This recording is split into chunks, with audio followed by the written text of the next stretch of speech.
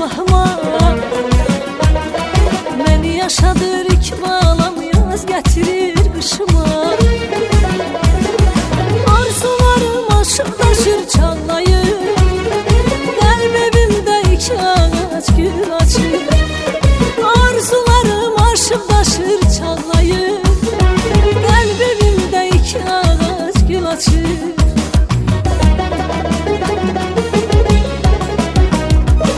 İki oğlum, iki gözüm, gül balam, cahandarım, dəli balam, can balam. Ata anam ürəyi canısız, siz sevincin sevincisiz canısız.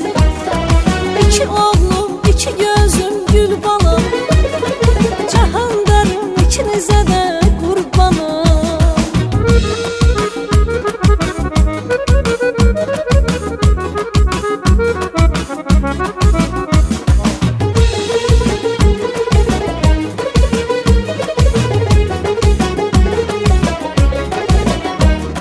Seyid Yusif ocağının iki yiğit nəvəsisiz. Bizlərə pay verib Allah, siz nə gözəl sevgisiz. Baban nənən könlünü sizlə xoş edir.